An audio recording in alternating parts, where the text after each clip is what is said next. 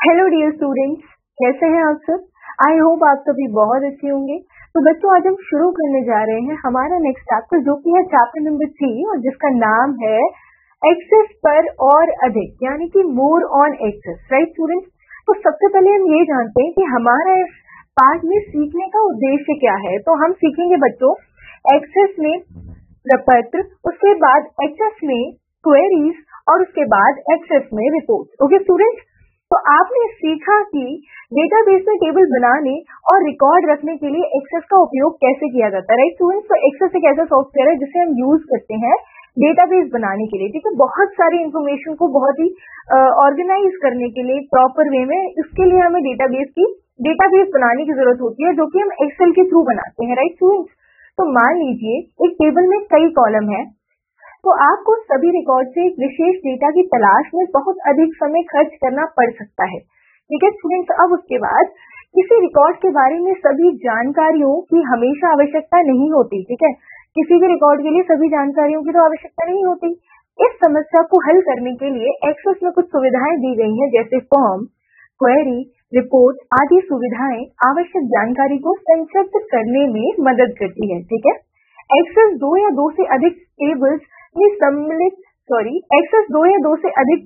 में सम्मिलित जानकारी प्रदर्शित करने में भी मदद करता है। ठीक है स्टूडेंट्स, चाहे वो दो टेबल्स हो या दो से अधिक टेबल हो, दो से ज्यादा हो, तब भी एक्सेस की मदद से हम उसे ऑर्गेनाइज कर सकते हैं। ठीक है स्टूडेंट्स, अब पढ़ते हैं फॉर्म्स इन एक्सेस, यानी कि एक्सेस में प्रपत्र। ओके, जैसा कि हम जानते हैं कि यह एक डेटाबेस ऑब्जेक्ट है। ठीक है, ये जो बच्चों एक्सेस है, ये क्या है? डेटाबेस ऑब्जेक्ट है, जिसका उपयोग फॉर्म बनाते समय उपयोगकर्ता के अनुकूल टेबल से डेटा जोड़ने, संपादित करने और प्रदर्शित करने के लिए किया जाता है। ठीक है, आप फॉर्म बनाकर प्रदर्शित होने वाले फील्ड को चुन सकते हैं और आप अपना डेटाबेस उन लोगों के लिए और अधिक अनुकूल बना सकते हैं जो उसमें रिकॉर्ड को संपादित यानी कि एडिट करना चाहते हैं। ठीक है बच्चों, अब देखिए एक्सेस में 3 मुख्य व्यू हैं, कौन कौन से, जिसमें एक फॉर्म प्रदर्शित किया जा सकता है। तो कौन कौन से व्यू हैं बच्चों? वो पहला है फॉर्म व्यू। ठीक है,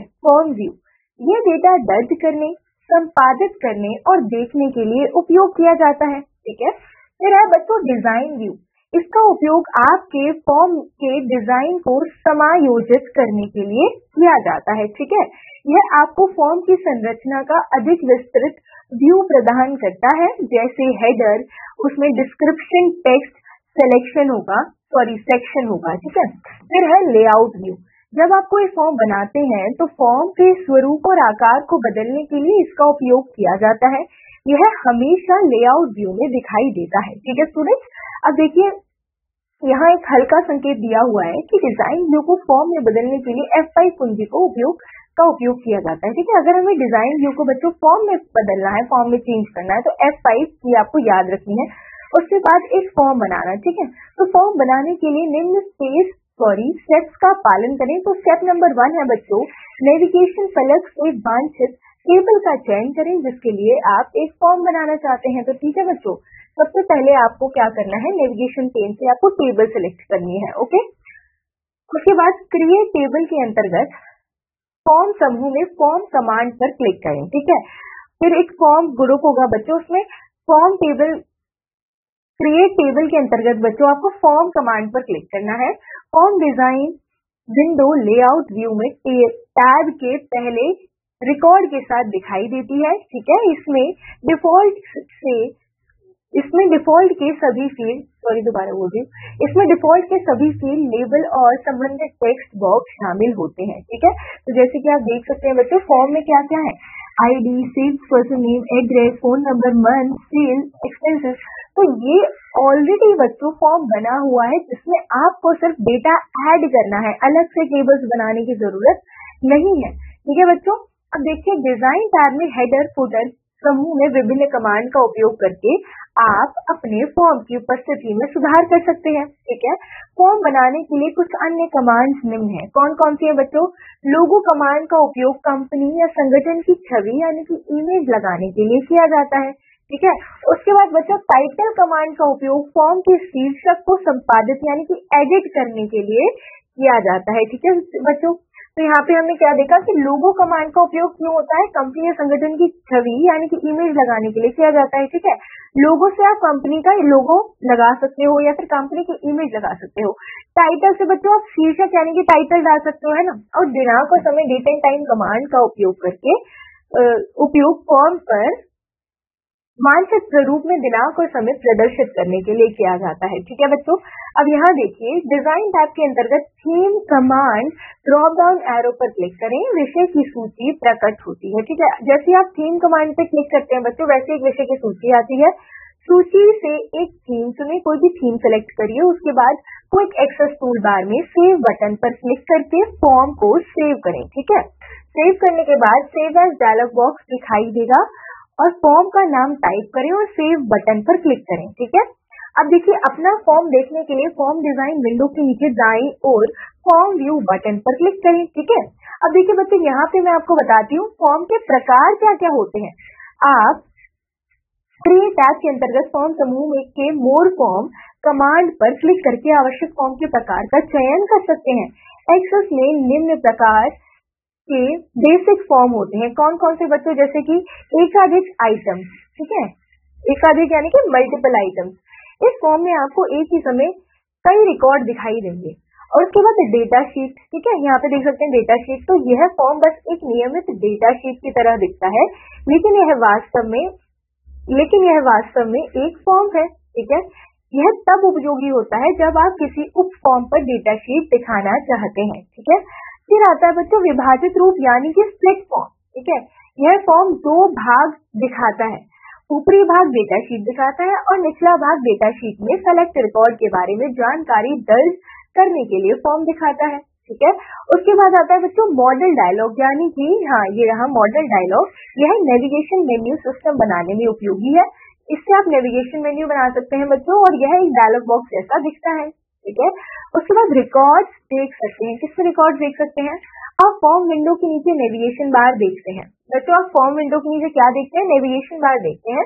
नेविगेशन बार रिकॉर्ड्स के बीच स्क्रॉल करने में मदद करता है। ठीक है, रिकॉर्ड्स के बीच में आप स्क्रॉल कर सकते हैं नेविगेशन बार की मदद से। उसके बाद यह टेबल में सेलेक्ट रिकॉर्ड के स्थान के साथ साथ टेबल में रिकॉर्ड की कुल संख्या भी प्रदर्शित करता है कि कितने रिकॉर्ड हुए हैं। पहला रिकॉर्ड और आखिरी रिकॉर्ड बटन क्रमशः टेबल के पहले और आखिरी रिकॉर्ड पर तुरंत जाने में मदद करता है। ठीक है, आप सर्च टेक्स्ट बॉक्स में कीवर्ड दर्ज करके टेबल में किसी विशेष रिकॉर्ड को भी खोज सकते हैं। तो आप बच्चों यहाँ पर देखिए सर्च कीवर्ड में आप क्या कर सकते हैं? सर्च कर सकते हैं कोई भी रिकॉर्ड, और यहाँ पे रिकॉर्ड बच्चों आप फर्स्ट रिकॉर्ड से प्रीवियस रिकॉर्ड जो आपका हुआ है इस तरीके से हम जा सकते हैं, और नेक्स्ट टू लास्ट रिकॉर्ड भी जा सकते हैं। ओके स्टूडेंट्स, अब देखिए एक फॉर्म तैयार करना, तो कैसे तैयार करेंगे बच्चों? आप डिजाइन और फॉर्मेट ऐप के अंतर्गत उपलब्ध विभिन्न विकल्पों का उपयोग करके फॉर्म का स्वरूप बदल सकते हैं। ऐसा आप निम्न टैब्स की सहायता से कर सकते हैं। कौन कौन से टैब्स बच्चों? डिजाइन टैब और फॉर्मेट टैब। ठीक है, तो डिजाइन टैब, आप डिजाइन टैब में हेडर फुटर समूह के अंतर्गत मौजूद लोगो, देखो बच्चों जो हेडर और फुटर है उसमें क्या होता है? लोगो मौजूद होता है। ठीक है, और शीर्षक कमांड का उपयोग करके अपने फॉर्म में लोगो और शीर्षक जोड़ सकते हैं। ठीक है, तो आपको कौन सा डिजाइन टैब में कौन सी कमांड यूज करनी है? हेडर और फुटर कमांड यूज करनी है। क्या ऐड करने के लिए? लोगो और टाइटल ऐड करने के लिए। ठीक है, फॉर्मेट टैब में क्या करते हैं हम? आप फॉन्ट का आकार, रंग और लेबल का संरेखन यानी कि फॉर्मेट बदल सकते हैं। फॉर्म में पृष्ठभूमि यानी कि बैकग्राउंड में चित्र यानी कि इमेज डाल सकते हैं। आकृतियों का रंग बदल सकते हैं। ठीक है स्टूडेंट्स, जैसे कि यहाँ पर क्या किया है, देखिए बैकग्राउंड इमेज डाली है, इसमें क्या कर सकते हैं आप? आकार बदल सकते हैं, रंग बदल सकते हैं, लेबल का संरेखन यानी कि फॉर्मेट बदल सकते हैं। ठीक है, और आप यहाँ देख सकते हैं कि हेडर के ऊपर हमने क्या डाला है? कंपनी का नेम और उसका लोगो डाल दिया। राइट स्टूडेंट्स, अब हम समझेंगे क्वेरीज इन एक्सेस। क्या बच्चों? क्वेरीज इन एक्सेस यानी कि एक्सेस में क्वेरीज का क्या रोल होता है? क्वेरी एक्सेस सन 2010 द्वारा प्रदान की गई सबसे महत्वपूर्ण, बहुत ही इंपॉर्टेंट, सबसे महत्वपूर्ण वस्तु है। यह बिल्कुल प्रश्न के समान होती है। ठीक है, क्वेश्चन के समान ही होती है। क्वेरी मतलब क्या होता है? Question, right. तो आपको ऐसी जानकारी दे सकती है जिससे आप सीधे टेबल को देखकर नहीं पा सकेंगे। आप टेबल को देखकर वो इन्फॉर्मेशन नहीं मिल सकती आपको जो क्वेरी के थ्रू मिल सकती है। इसी क्वेरी का उपयोग करके एक से अधिक टेबल से डेटा खोज सकते हैं। ठीक है, कोई भी क्वेरी का यूज करके आप किसी भी डेटा टेबल से डेटा को सर्च कर सकते हैं। क्वेरी का उपयोग करके आप डेटा देख सकते हैं, बदल सकते हैं और डेटा हटा भी सकते हैं। ठीक है, एक्सेस आपको एक क्वेरी बनाने और डेटाबेस में सहेजने यानी कि सेव करने की अनुमति देता है, ताकि आप इसे कई बार चला सकेंगे। क्रिएट टैब पर क्वेरी समूह के अंतर्गत, क्वेरी ग्रुप है बच्चों, उसके अंतर्गत मौजूद डिजाइन कमांड का उपयोग करके क्वेरी बनाने के लिए जाता है। ठीक है, तो क्वेरी बनाने के लिए बच्चों हम डिजाइन कमांड का उपयोग करते हैं। तो आइए क्वेरीज के प्रकार देखते हैं पहले तो एक्सेस में विभिन्न प्रकार की क्वेरीज होती है। सबसे पहले सेलेक्ट क्वेरी का क्या रोल है बच्चों, यह एक और अधिक टेबल से डेटा पुनर्प्राप्ति करती है। ठीक है ना, यानी कि एक और मोर देन वन टेबल से जो भी डेटा आप सर्च करना चाहते हैं उसे आपको देती है ढूंढ के। यह डेटा को समूहीकृत करने और योग करने, गिनने, औसत आदि गणना करने के लिए डेटा शीट में रिकॉर्ड प्रदर्शित करती है। ठीक है, और उसके बाद आता है बच्चों पैरामीटर क्वेरी। तो यह भी एक प्रकार की सेलेक्ट क्वेरी है जो चलने से पहले आपको इनपुट के लिए संकेत देती है। ठीक है, जब चलेगी तो पहले, लेकिन उससे पहले इनपुट के लिए संकेत देगी। यह इनपुट को मानदंड के रूप में उपयोग करती है।